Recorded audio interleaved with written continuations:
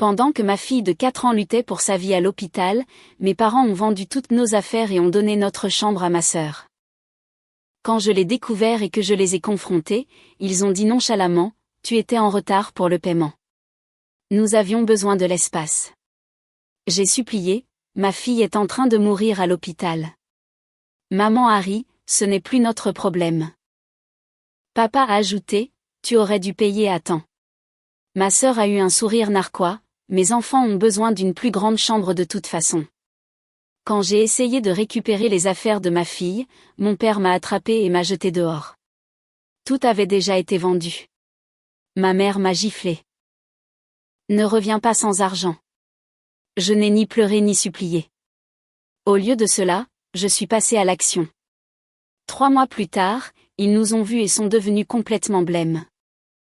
Les lumières de l'hôpital clignotaient au-dessus de ma tête alors que j'étais assise dans la salle d'attente des soins intensifs pédiatriques, ma 4e tasse de café refroidissant dans mes mains tremblantes. Emma luttait pour sa vie depuis 6 jours consécutifs. Méningite bactérienne.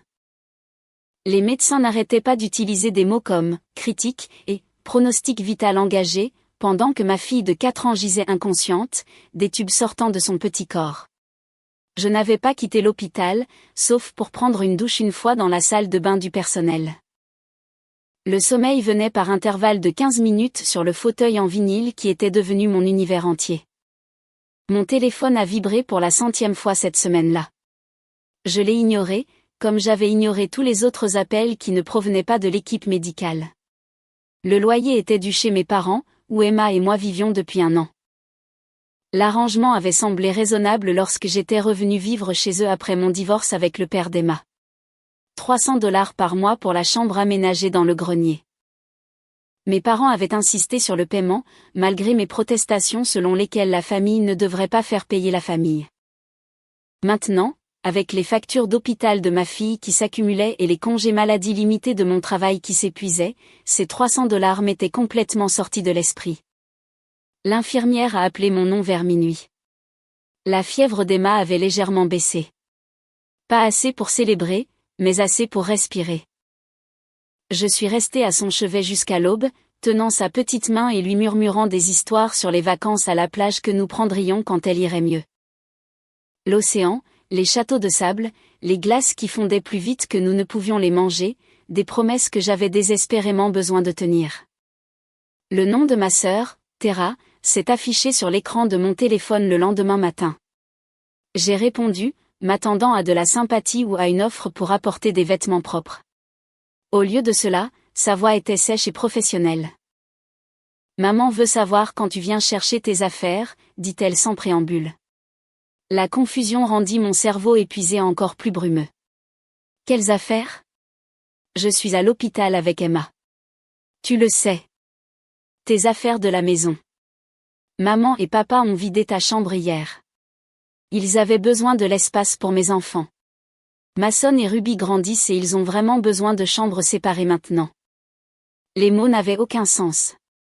J'ai éloigné le téléphone de mon oreille et l'ai fixé avant de le ramener. « De quoi tu parles ? C'est notre chambre. La chambre d'Emma. » Tara soupira comme si je faisais exprès d'être difficile. « Tu n'as pas payé le loyer ce mois-ci. Maman a dit que tu avais rompu l'accord. Ils t'ont donné un préavis de 3 jours par SMS. Comme tu n'as pas répondu, ils ont supposé que tu avais déménagé. » Mes papiers d'assurance maladie se froissèrent dans mon autre main. Le dossier d'Emma était accroché au pied de son lit, listant des médicaments que je ne pouvais pas prononcer. Ma fille est en soins intensifs. Elle pourrait mourir. Je suis ici depuis 1 semaine sans interruption. C'est regrettable, mais les affaires sont les affaires. Maman et papa sont très stricts sur les règles. Tu connaissais les règles quand tu as emménagé. Quelque chose de froid s'est installé dans ma poitrine. Où sont les affaires d'Emma ? Ses jouets ? Ses vêtements ? Son lit ? Je pense que la plupart ont été donnés ou vendus. Maman a mentionné avoir fait un vide-grenier samedi dernier. Ça a plutôt bien marché, en fait. Elle a gagné presque $600. Ils avaient vendu les affaires de ma fille pendant qu'elle luttait pour sa vie à quelques kilomètres de là. La pensée semblait trop cruelle pour être réelle. J'ai mis fin à l'appel sans dire au revoir et me suis levée sur des jambes tremblantes. Les infirmières m'ont jeté des regards inquiets alors que je titubais vers l'ascenseur, mais je devais voir ça de mes propres yeux. Emma était stable pour la première fois depuis des jours. Le médecin avait dit qu'elle dormirait probablement encore plusieurs heures avec un nouveau protocole de sédation. J'avais le temps de vérifier que ma famille n'avait pas réellement fait quelque chose d'aussi monstrueux. Le trajet jusqu'à la maison de mes parents a pris 11 minutes. Je l'ai fait en 7. Leur maison de banlieue immaculée avait exactement la même apparence de l'extérieur. Les nains de jardin que ma mère collectionnait bordaient toujours l'allée. Le camion de mon père était garé dans l'allée à côté du minivan de Terra. J'ai utilisé ma clé sur la porte d'entrée et j'ai monté les escaliers familiers vers ce qui avait été mon espace pendant la dernière année. La chambre du grenier était méconnaissable. Les meubles blancs d'Emma avaient disparu. Son coffre à jouets n'était pas dans son coin. Les murs que j'avais peints en jaune pâle pour que le plafond incliné semble moins oppressant portaient maintenant une peinture beige fraîche. De nouveaux lits jumeaux occupaient l'espace où se trouvait le lit d'enfant d'Emma.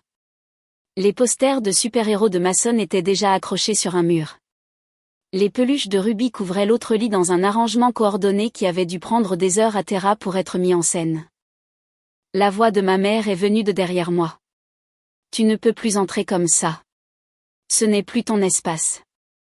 Je me suis retournée pour la trouver debout dans l'embrasure de la porte avec Terra à ses côtés. Toutes deux arboraient des expressions identiques de légère contrariété, comme si j'avais interrompu leur plan de déjeuner plutôt que de découvrir qu'elles avaient effacé l'existence de mon enfant de leur maison. Où est tout? Ma voix est sortie plus stable que je ne le sentais. Le lit d'Emma, ses jouets, le fauteuil à bascule que sa grand-mère nous a donné. Vendu, a dit ma mère avec un haussement d'épaules désinvolte. Tu étais en retard pour le paiement. Nous avions besoin de l'espace. Les enfants de Terra méritent des chambres convenables, et nous n'allions pas laisser de bons meubles traîner en attendant quelqu'un qui ne pouvait pas suivre des règles simples. Ma fille est à l'hôpital. Elle a une méningite bactérienne. Elle est inconsciente depuis une semaine. Terra examina ses ongles manucurés. Tu aurais dû communiquer. Nous avons envoyé plusieurs SMS. J'étais à l'hôpital. Emma était sous respirateur. Elle a fait 2 arrêts cardiaques. Comprenez-vous ce que cela signifie? Son cœur s'est arrêté de battre. L'expression de ma mère n'a jamais changé. Ce n'est plus notre problème. Tu es une adulte. Tu as pris des engagements. Ce n'est pas parce que tu as des problèmes personnels que le reste d'entre nous doit en souffrir. Terra a besoin de cet espace pour sa famille. Le mot « famille » sonnait différemment sortant de sa bouche. Emma et moi, apparemment, ne nous qualifions plus. Je me suis dirigée vers le placard où je savais qu'Emma gardait ses trésors. La couverture cousue main de sa défunte grand-mère. L'album photo que j'avais commencé depuis sa naissance. Son lapin en peluche préféré qu'elle avait nommé Professeur Carotte d'après un livre de la bibliothèque que nous avions lu ensemble. Ces choses sont irremplaçables, ai-je dit, tendant la main vers la porte du placard. Emma va demander Professeur Carotte quand elle se réveillera. Elle a ce lapin depuis qu'elle a 6 mois.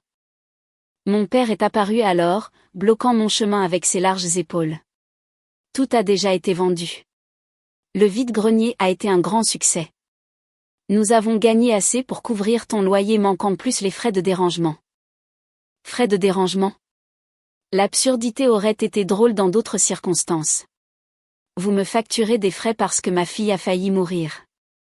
Tu aurais dû payer à temps, dit-il sèchement. C'est comme ça que la responsabilité fonctionne. J'ai essayé de le contourner pour aller vers le placard. Peut-être qu'ils avaient manqué quelque chose. Peut-être que Professeur Carotte était tombé derrière quelque chose et avait échappé à la purge. La main de mon père s'est refermée sur mon bras assez fort pour laisser des marques. Il m'a éloigné du placard et m'a tiré vers les escaliers. Tu dois partir maintenant. Tu es en violation de propriété. C'est la maison de ma fille. Les mots sont sortis comme un cri. Les voisins ont probablement entendu à travers les fenêtres ouvertes. Je m'en fichais. Elle a 4 ans. Elle est à l'hôpital et lutte pour sa vie. Et vous avez vendu son lit. Vous avez vendu ses jouets. Quel genre de personne fait ça? Tara a eu un sourire narquois depuis sa position près de la porte de la chambre. Mes enfants ont besoin d'une plus grande chambre de toute façon. Mason et Ruby sont à l'étroit dans leur ancien espace depuis des mois. Cet arrangement fonctionne beaucoup mieux pour tout le monde. Enfin, tout le monde qui compte. La cruauté désinvolte de cette déclaration a brisé quelque chose en moi. Je me suis libérée de l'emprise de mon père et j'ai foncé vers le placard une fois de plus. Peut-être que je pourrais sauver une chose. Un petit morceau de la vie d'Emma avant qu'il ne la démantèle. Mon père m'a de nouveau attrapée, cette fois à 2 mains, et m'a littéralement soulevée de terre. Il m'a descendu les escaliers comme si je ne pesais rien et m'a déposé sur le porche d'entrée assez fort pour que je trébuche et manque de tomber. Ne reviens pas sans argent, a crié ma mère depuis l'embrasure de la porte. Puis sa main a jailli et a heurté mon visage. La gifle a résonné dans l'après-midi tranquille de la banlieue. La prochaine fois, ce sera pire. Tu es une honte pour cette famille. La porte a claqué.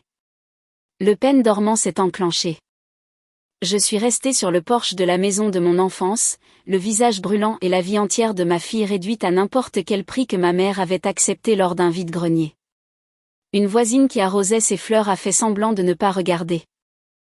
J'ai marché jusqu'à ma voiture en pilote automatique et je me suis assise sur le siège du conducteur sans démarrer le moteur. Je n'ai pas pleuré. Les larmes semblaient inadéquates pour ce qui venait de se passer. Au lieu de cela, j'ai sorti mon téléphone et j'ai commencé à faire une liste.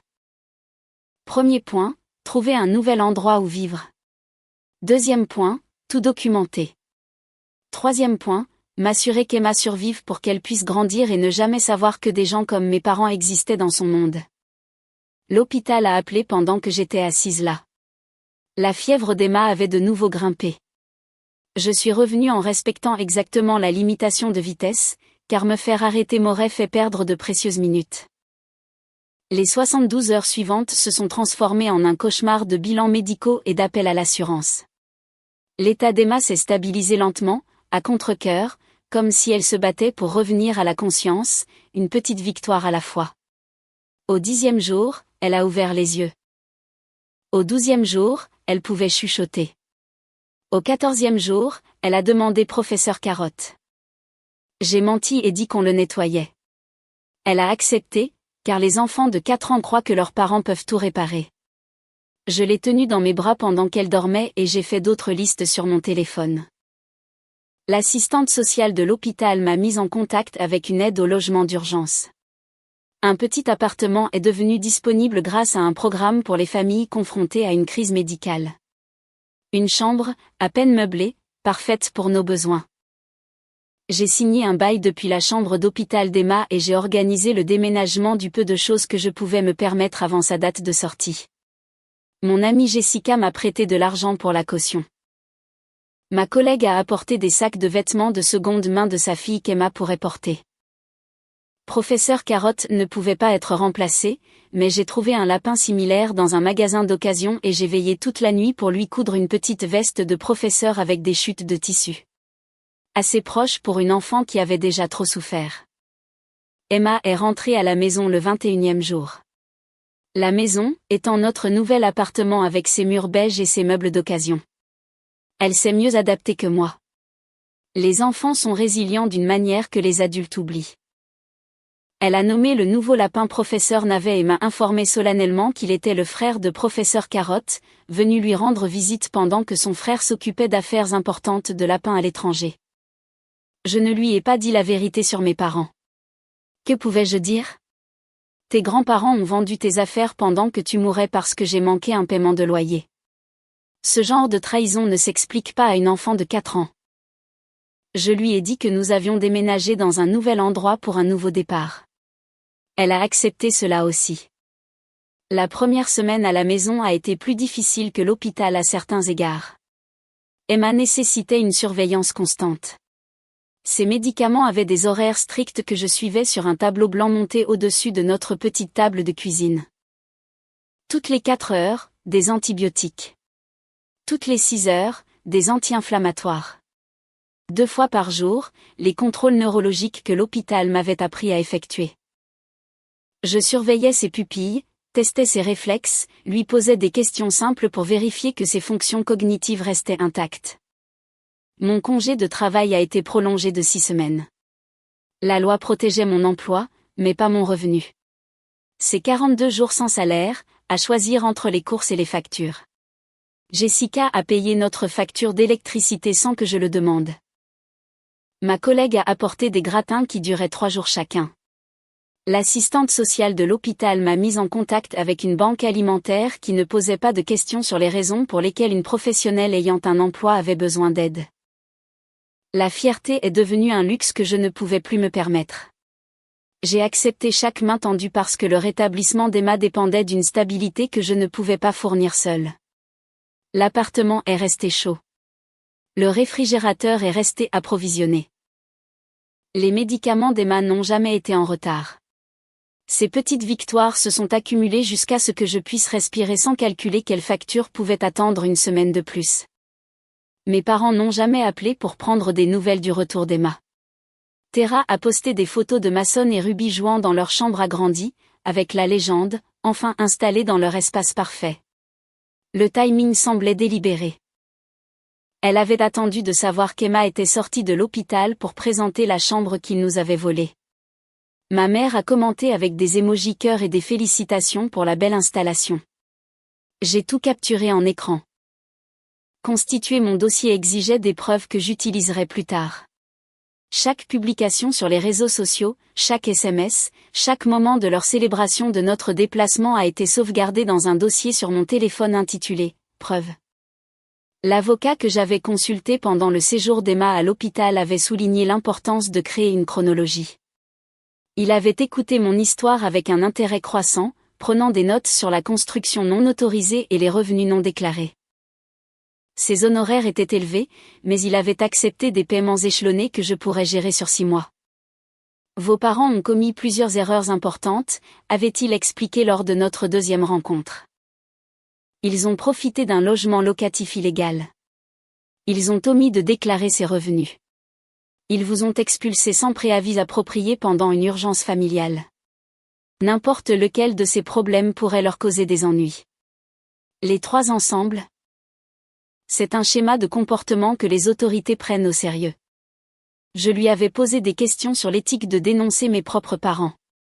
Il avait souri sombrement et m'avait rappelé qu'ils avaient vendu les affaires de ma fille pendant qu'elle était hospitalisée. L'éthique, a-t-il suggéré, va dans les 2 sens. Ils avaient fait leur choix. Je m'assurais simplement que les conséquences appropriées suivent. Le rétablissement d'Emma progressait régulièrement. Les médecins s'étaient d'abord inquiétés de lésions neurologiques durables dues à la gravité de son infection, mais sa jeunesse a joué en sa faveur. Elle aurait besoin de rendez-vous de suivi pendant l'année suivante, pour surveiller toute complication tardive, mais son pronostic s'améliorait de semaine en semaine.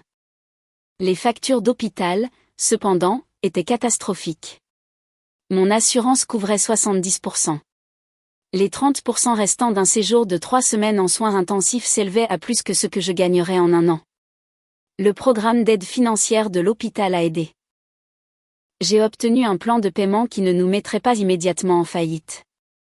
$50 par mois pour une dette qui mettrait des décennies à être remboursée. L'ironie ne m'a pas échappé. Mes parents nous avaient expulsés pour $300 alors que je devais à l'hôpital assez d'argent pour acheter une petite voiture. Ils avaient choisi ce montant comme mesure de notre valeur à leurs yeux. Le camion de mon père est apparu devant mon immeuble un soir, pendant la 3e semaine d'Emma à la maison. Il n'est pas venu à la porte, il est juste resté assis dans le parking pendant 20 minutes, moteur en marche, observant notre bâtiment. J'ai appelé la ligne non urgente de la police et j'ai signalé un véhicule suspect. Le répartiteur m'a demandé si je me sentais menacée. J'ai mentionné la visite précédente de mon père, les cris, les coups à notre porte. Une voiture de patrouille est arrivée en moins de 15 minutes. L'officier a parlé brièvement à mon père avant de revenir me faire un compte-rendu. Il prétend qu'il voulait juste voir comment allait sa petite fille. Je l'ai informé que rester assis dans un parking à observer la maison de quelqu'un constitue un comportement de harcèlement potentiel. On lui a conseillé de partir et de ne vous contacter que par des voies appropriées s'il souhaite communiquer. Le camion de mon père s'est éloigné lentement. Il n'est jamais revenu, mais l'incident a renforcé ma décision d'aller de l'avant avec le rapport au comté. Les gens qui respectent les limites ne restent pas assis dans des parkings la nuit à regarder l'appartement de leur fille. Les gens qui se sentent en droit de contrôler les autres par l'intimidation ne changent pas simplement parce qu'on leur demande gentiment. L'inspecteur en bâtiment du comté s'appelait Gerald Morrison. Je l'ai contacté via la ligne de dénonciation publique, en gardant initialement mon identité anonyme. J'ai expliqué que j'avais loué un espace dans un grenier aménagé que je soupçonnais de ne pas être correctement autorisé. J'ai fourni l'adresse et les dates de ma location. J'ai mentionné des préoccupations concernant les normes de sécurité, en particulier la fenêtre de sortie de secours que j'avais toujours trouvé difficile à ouvrir complètement. Gerald a posé des questions détaillées. Y avait-il des détecteurs de fumée? Oui, mais des modèles à pile que mon père avait installés lui-même. Y avait-il un système de chauffage séparé? Non, juste un chauffage d'appoint qui fonctionnait constamment en hiver. Comment accédais-je à l'espace? Par l'escalier arrière qui tournait brusquement en bas. Quelqu'un avait-il déjà inspecté l'installation électrique? Pas que j'ai vu. Chaque réponse semblait le troubler davantage. Il a promis de vérifier les registres de propriété et de programmer une inspection si nécessaire. Je l'ai remercié et lui ai donné mes coordonnées au cas où il aurait besoin de détails supplémentaires. Il m'a rappelé 3 jours plus tard. J'ai consulté les permis pour cette adresse, a dit Gerald. Il n'y a aucune trace de travaux d'aménagement de grenier. Les plans de la maison archivée ne montrent que 2 chambres et un grenier de stockage. Si quelqu'un a loué cet espace comme logement, il a exploité un logement locatif illégal. C'est une violation grave. Nous avons fixé une heure pour qu'il visite la propriété. J'ai proposé de l'accompagner et de lui montrer exactement à quoi ressemblait l'espace pendant ma location. Il a refusé, expliquant que son inspection devait être impartiale. Mon témoignage pourrait être fourni séparément si nécessaire, mais les violations parleraient d'elles-mêmes. L'inspection a eu lieu un mercredi matin. Tara a apparemment ouvert la porte et a essayé de lui refuser l'entrée. Gerald avait l'autorité légale d'inspecter sur la base de la plainte pour infraction. Il a examiné le grenier en détail, a pris des photos, mesuré les hauteurs de plafond, vérifié le panneau électrique, testé la fenêtre de sortie de secours. Le processus a duré 90 minutes. Ma mère m'a appelé cet après-midi-là, la voix tremblante de rage. Quelqu'un nous a dénoncés au comté. L'inspecteur est resté des heures à poser des questions sur le grenier. Il dit que nous avons besoin de permis que nous n'avons jamais obtenus. Cela va nous coûter des milliers de dollars. Sais-tu quelque chose à ce sujet? Je lui ai dit que je n'avais aucune idée de qui aurait pu déposer une plainte. Peut-être qu'un de leurs voisins s'inquiétait de la valeur de sa propriété. Ces choses arrivent parfois quand les gens remarquent des travaux non autorisés. Avait-il déjà consulté un entrepreneur pour tout mettre aux normes? J'avais entendu dire que cela pouvait être assez cher. Elle m'a raccroché au nez.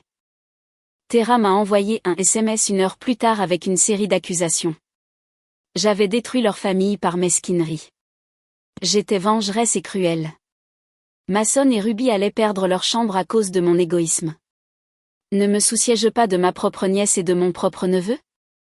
J'ai répondu une seule fois, je me soucie de ma fille qui a failli mourir pendant que vous voliez sa chambre. Pensez peut-être à la façon dont vos choix l'ont affectée avant de me faire la morale sur la famille. Puis j'ai bloqué son numéro. L'avis d'infraction est arrivé chez mes parents 5 jours plus tard. Je le sais parce que ma mère a laissé un message vocal le décrivant en détail. Le comté avait classé le grenier comme une conversion illégale. De multiples violations du code existaient. Hauteur de plafond insuffisante, sortie de secours inadéquate, installation électrique non conforme, absence de barrière coupe-feu. Mes parents avaient 30 jours pour soumettre des plans soit pour mettre l'espace aux normes, soit pour supprimer complètement la conversion. Sa voix trahissait une panique que je n'avais jamais entendue auparavant. Cela allait tout leur coûter. Ils étaient censés prendre leur retraite en Floride dans 2 mois. Ils avaient déjà versé un acompte sur un condo. La vente de la maison devait financer tout leur plan de retraite. Maintenant, tout s'effondrait à cause d'une formalité bureaucratique concernant des permis dont ils n'avaient jamais eu besoin auparavant. Je n'ai pas rappelé. Emma avait besoin de mon aide pour un puzzle d'animaux de la ferme. Nous avons passé la soirée à identifier les poulets, les vaches et les cochons. Sa petite voix devenait plus forte chaque jour. Elle a ri quand j'ai fait des meuglements. L'appartement semblait plus chaleureux que la maison de mes parents ne l'avait jamais été. La dénonciation à l'IRS a été plus simple que l'inspection du bâtiment. Leur site web avait un formulaire spécifique pour signaler les revenus non déclarés. Je les remplis méthodiquement, fournissant les noms, l'adresse et les numéros de sécurité sociale de mes parents que j'avais mémorisés des années auparavant. J'ai expliqué qu'ils avaient exploité un logement locatif illégal pendant au moins 5 ans, facturant à divers membres de la famille un loyer mensuel qu'ils n'avaient jamais déclaré sur leurs impôts. J'ai calculé les montants avec soin. $300 par mois pour moi pendant 12 mois, 4 cents par mois pour Tara avant moi pendant 24 mois, 3 cents par mois pour mon cousin pendant 8 mois au cours de 2 étés différents. Les totaux s'élevaient à plus de $20 000 de revenus locatifs non déclarés. Le formulaire de l'IRS demandait si j'avais des preuves. J'ai téléchargé des copies de chèques de loyer annulés, des SMS discutant du paiement et les propres mots de mes parents sur notre accord de location. Le formulaire demandait ma relation avec les contribuables en question. J'ai coché la case « membre de la famille » et n'ai ressenti que de la certitude. Il m'avait appris que les affaires sont les affaires. Les relations personnelles n'excusent pas le non-respect des règles. J'appliquais simplement leur philosophie de manière cohérente. La confirmation de soumission est arrivée immédiatement dans mon email. L'IRS examinerait les informations et déterminerait si un contrôle fiscal était justifié. Le processus prenait généralement plusieurs mois. J'ai noté la date 9 mois plus tard dans mon calendrier et j'ai continué à reconstruire notre vie. Emma a commencé la kinésithérapie pour une faiblesse persistante du côté gauche. La méningite avait provoqué une inflammation qui affectait temporairement son contrôle moteur. Le thérapeute était optimiste quant à un rétablissement complet, mais a souligné l'importance de séances régulières. 2 fois par semaine, je prenais du temps sur mon travail pour conduire Emma à travers la ville jusqu'au centre de rééducation pour enfants. Elle se plaignait des exercices jusqu'à ce que le thérapeute lui donne des autocollants pour chaque exercice terminé. La motivation prenait de nombreuses formes quand on a 4 ans. Mon travail avait été compréhensif pendant la crise, mais la patience avait des limites. Je suis retournée à temps plein 6 semaines après la sortie d'Emma. La garde d'enfants est devenue le prochain puzzle impossible. L'assistante sociale de l'hôpital m'a mise en contact avec un programme de garderie subventionné pour les familles se remettant d'urgence médicale. Emma a bénéficié de 3 mois de garde à coût réduit pendant que je me remettais sur pied financièrement. La garderie avait des murs jaunes joyeux et des éducatrices qui comprenaient que certains enfants avaient besoin de patience supplémentaire. Emma a pleuré le premier matin où je l'ai déposée. Elle a aussi pleuré le 2e matin. Le 3e matin, elle m'a dit au revoir sans larmes et a couru vers le coin artistique où l'attendait la peinture au doigt. Les enfants s'adaptent plus vite que les parents ne s'y attendent. C'est moi qui suis restée assise dans ma voiture pendant 10 minutes pour m'assurer qu'elle allait vraiment bien. Chaque fois qu'Emma demandait à aller chez mamie, j'inventais des excuses. Chaque fois que Tara postait des photos sur les réseaux sociaux de Mason et Ruby jouant dans leur nouvelle chambre, je sauvegardais les captures d'écran. Chaque fois que ma mère m'envoyait un SMS pour savoir quand je surmonterais ma crise de colère et amènerais Emma en visite, je documentais le message. 3 mois après la sortie d'Emma, j'ai reçu un avis indiquant que la maison de mes parents avait été mise en vente.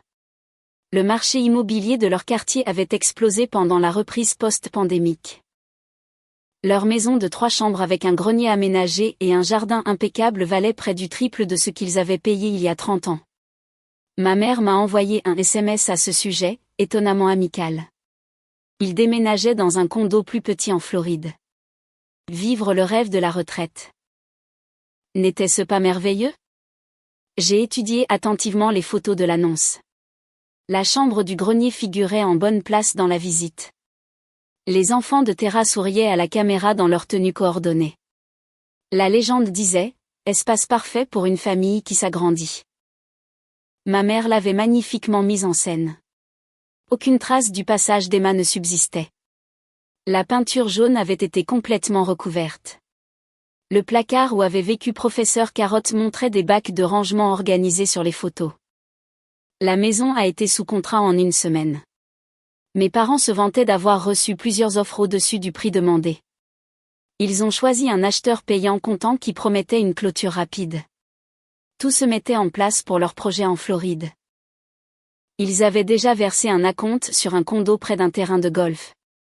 Ma mère a envoyé des photos de palmiers et de piscines. Je n'ai pas répondu à ces messages.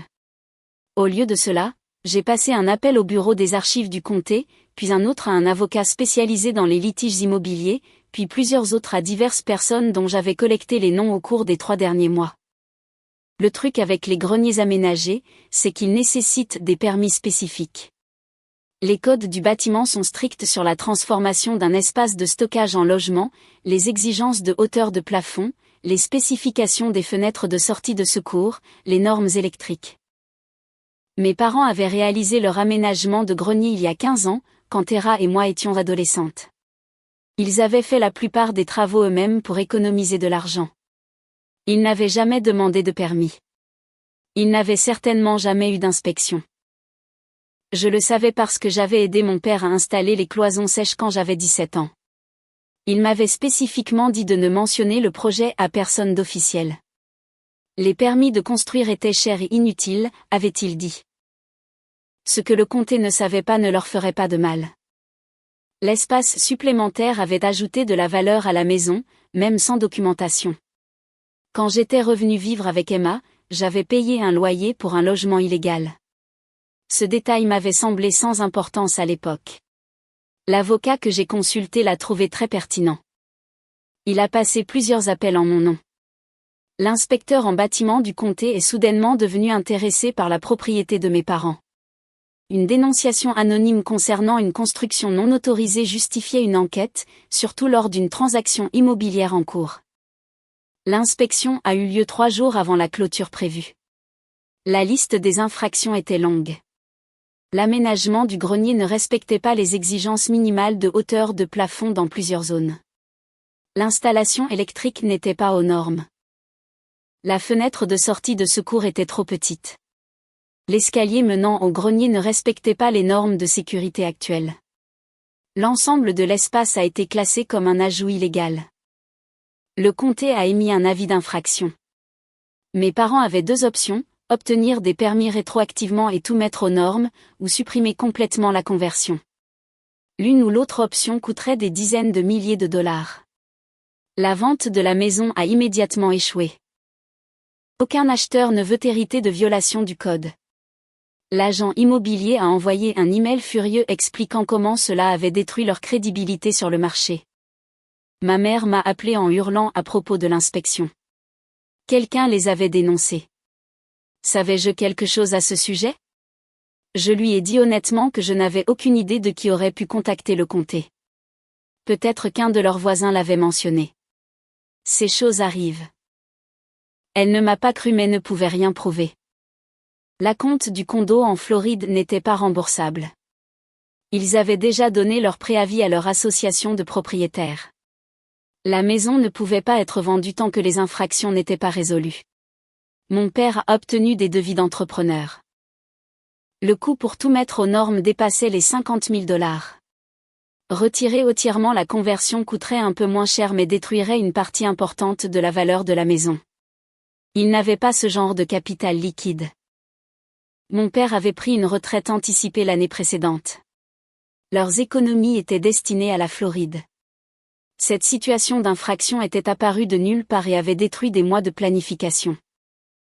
Ils seraient coincés dans leur maison indéfiniment pendant qu'ils cherchaient un financement pour les réparations. Tera m'a appelé 2 semaines plus tard. Sa voix avait une pointe de désespoir. Maman et papa avaient des problèmes financiers. La maison ne pouvait pas se vendre. Ils avaient perdu leur acompte pour le condo. Pourrais-je éventuellement leur prêter de l'argent pour aider aux réparations? La famille qui aide la famille. Après tout, je comprendrais l'importance de cela. Je lui ai dit que j'étais désolée, mais que mon fonds d'urgence avait été épuisé par les factures médicales d'Emma. Chaque dollar supplémentaire servait à reconstruire nos vies après le séjour à l'hôpital. Elle comprendrait sûrement. Ces choses arrivent quand on a des problèmes personnels. J'espérais qu'il trouverait une solution, cependant. Cela semblait stressant. L'ironie ne lui a pas échappé, mais elle ne pouvait rien dire. J'avais été parfaitement polie, parfaitement raisonnable, juste incapable d'aider en raison de circonstances indépendantes de ma volonté. Pas mon problème, comme ma mère aurait pu le dire. Mais je n'avais pas fini. Le prochain appel que j'ai passé était à la ligne de dénonciation de l'IRS. L'avis de contrôle fiscal est arrivé chez eux 6 semaines après l'inspection du bâtiment. Le message vocal frénétique de ma mère suggérait qu'elle avait fait le lien entre ces désastres soudains. Elle ne m'a pas accusé directement. Elle ne le pouvait pas. Mais sa voix trahissait la compréhension. Quelqu'un qui connaissait intimement leurs affaires avait décidé de réduire leur monde en cendres. Mon père a été moins subtil. Il s'est présenté à mon nouvel appartement un mardi soir, martelant la porte assez fort pour effrayer Emma. J'ai regardé par le Judas et j'ai vu son visage rouge. J'ai appelé la police avant d'ouvrir la porte. « Espèce de sorcière vengeresse », a-t-il crié quand j'ai finalement ouvert. « Tu nous as détruits pour de l'argent de loyer. Pour un seul paiement manqué. Vous avez vendu les affaires de ma fille pendant qu'elle mourait », ai-je dit calmement. L'opérateur du 911 était toujours au téléphone, écoutant tout. « Vous m'avez jeté dehors de votre maison. Vous m'avez giflé. Vous m'avez dit qu'Emma n'était pas votre problème. Je suis juste votre exemple sur la responsabilité personnelle et les conséquences. Ce grenier allait très bien jusqu'à ce que tu impliques le comté. Des années de travail, ruinées. Du travail non autorisé, ai-je corrigé. Illégal. Du travail pour lequel vous m'avez fait payer un loyer alors qu'il ne respectait pas les normes de sécurité de base. J'aurais pu mourir dans un incendie là-haut parce que la fenêtre de sortie était trop petite. Emma aurait pu mourir, mais ce n'était pas votre problème, n'est-ce pas?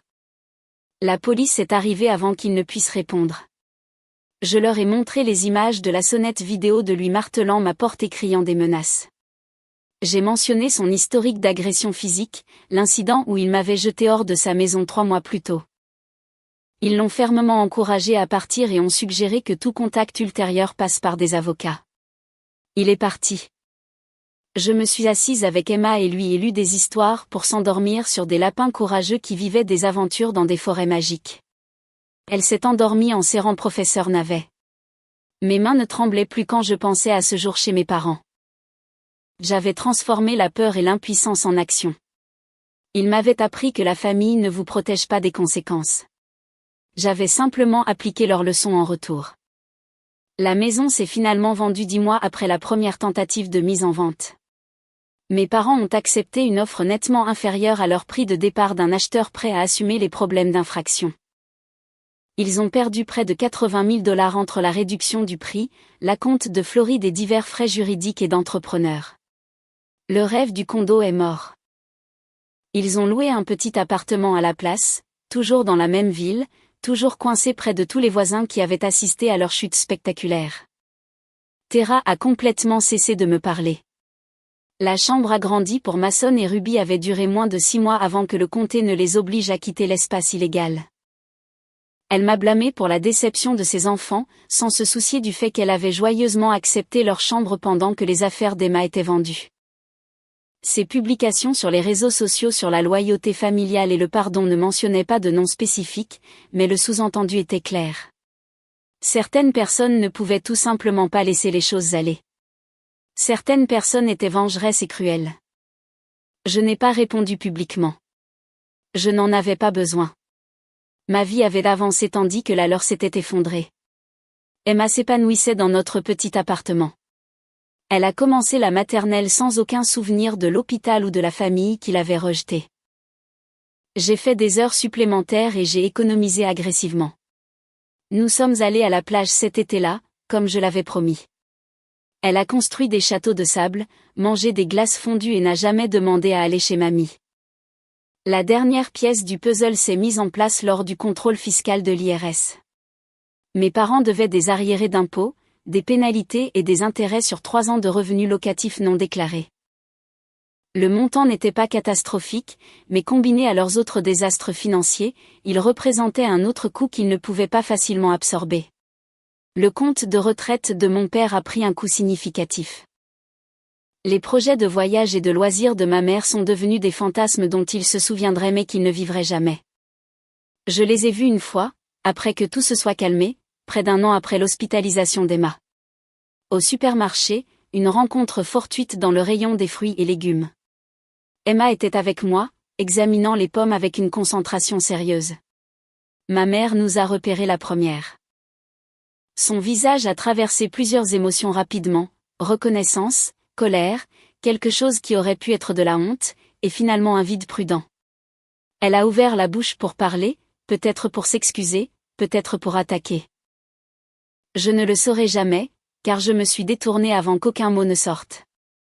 Emma et moi avons continué nos courses. Ma fille a demandé si ces gens étaient mamie et papy. Je lui ai dit, non, juste des gens qui nous connaissaient il y a longtemps. Elle a accepté et est passée à l'examen des raisins. Derrière nous, j'ai entendu la voix de mon père demander à ma mère si nous allions vraiment les ignorer. Sa réponse fut trop basse pour que je l'entende, mais le ton était celui de la défaite. Ils avaient parié que les liens familiaux l'emporteraient sur leur cruauté. Ils avaient supposé que je finirais par leur pardonner parce que c'est ce que font les filles. Ils avaient été certains que leurs actions s'estomperaient dans une histoire inconfortable dont nous ririons tous un jour. Ils sont devenus complètement blêmes, debout là, dans le rayon des fruits et légumes. L'éclat de santé de la retraite qu'ils avaient anticipé avait été remplacé par le stress de l'incertitude financière. Leurs années dorées s'étaient ternies avant même d'avoir vraiment commencé. Le condo en Floride avec des palmiers n'existait plus que dans les brochures que ma mère gardait probablement encore dans un tiroir quelque part, un mémorial à la vie qu'ils avaient failli avoir. Je ne me suis pas sentie triomphante en les voyant ainsi. Je ne ressentais plus de colère non plus. Surtout, je me sentais fatiguée. Fatiguée de porter leurs choix comme des poids que je n'avais pas demandé à soulever. Emma méritait mieux que de grandir dans l'ombre de grands-parents qui avaient accordé plus de valeur à un loyer manqué qu'à sa vie. Elle méritait une mère qui la protégeait des gens qui mesuraient l'amour en dollars et en commodités. Nous avons terminé nos courses et sommes rentrés à la maison, dans notre petit appartement avec ses meubles d'occasion et sa vie soigneusement budgétisée. Emma a joué avec professeur Navet pendant que je préparais le dîner. Elle me racontait des histoires élaborées sur ses aventures à l'école. J'écoutais, je répondais, et je ne pensais pas du tout à mes parents. C'est ça, la vraie vengeance, je suppose. Pas la dévastation financière que j'ai contribué à leur infliger. Pas les plans de retraite détruits ou le contrôle de l'IRS ou le désastre de la vente de la maison. La vraie vengeance, c'était de construire une vie où ils devenaient insignifiants. Où leurs opinions et leur présence comptaient si peu que les rencontrer dans un supermarché suscitait la même réaction émotionnelle que de voir des inconnus. Ils m'avaient appris que la famille n'est pas une question de sang. C'est une question de qui est là quand tout s'effondre. Ils n'ont pas été là. Ils ont vendu les affaires d'Emma et nous ont jetés pour $300. Alors, je leur ai montré ce qui se passe quand quelqu'un suit réellement les leçons qu'il enseigne. Les actions ont des conséquences. La responsabilité personnelle compte. Les affaires sont les affaires. Et parfois, la meilleure vengeance n'est pas la confrontation dramatique ou l'humiliation publique. C'est simplement de laisser quelqu'un faire face aux résultats naturels de ses propres choix pendant que vous vous éloignez et construisez quelque chose de mieux. Ils avaient vendu l'enfance de ma fille au prix d'un vide-grenier. Je m'étais assuré qu'ils paient un coût beaucoup plus élevé pour cette décision. Le calcul me semblait juste.